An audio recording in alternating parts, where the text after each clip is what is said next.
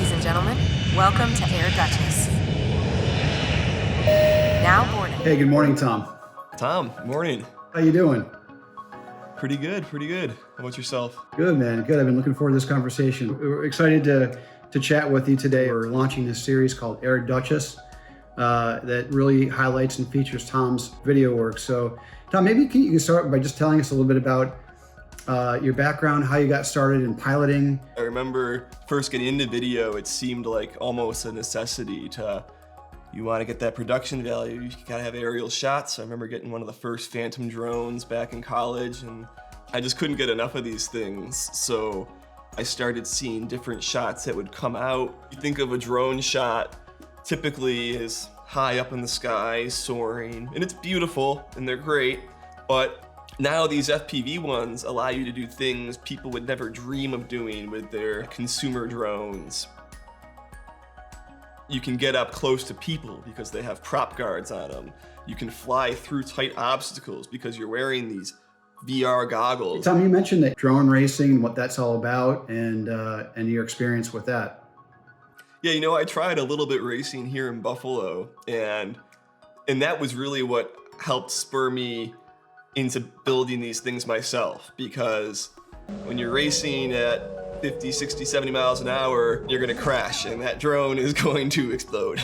So you have to learn how to build and repair these things. You gotta solder these things up and learn how to program. And little by little, I started getting into it, started learning a little bit here and there. Tell us a little bit about your impressions of Dutchess County and New York's Hudson Valley, because we've done 2 shoots there over the last couple of years.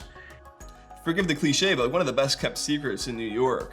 Right outside New York City there, having done numerous shoots in New York City myself, it just seems like an amazing escape where, like, only an hour away, you have just the beautiful river there. I think it's a really good point. It's, you think of it as being relatively close to New York City, but it's so absolutely natural and beautiful and, got this wonderful, like, kind of outdoors aspect to it. But then it's got this very sophisticated side, with the culinary, the dining options, and some of the cultural aspects of the county that are really cool. The other location that comes to mind for that shooting at was the Rhinebeck Aerodrome. That was a bucket list shot for me. And so I was actually able to keep up and track this biplane taking off, starting on the grass, racing through these beautiful trees, and coming up to find the Hudson River there.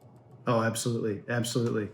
One of the things that I find interesting about Dutchess as these kind of beautiful small towns, what were your impressions of the small towns throughout Dutchess County?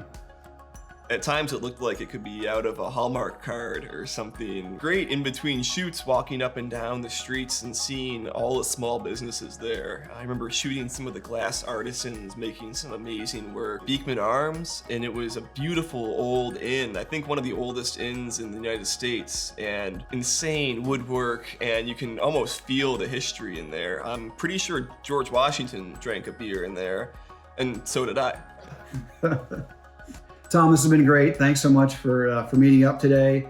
We're really excited to launch Air Dutchess, featuring your work and all the great flying that you've done in Dutchess County. Any closing words?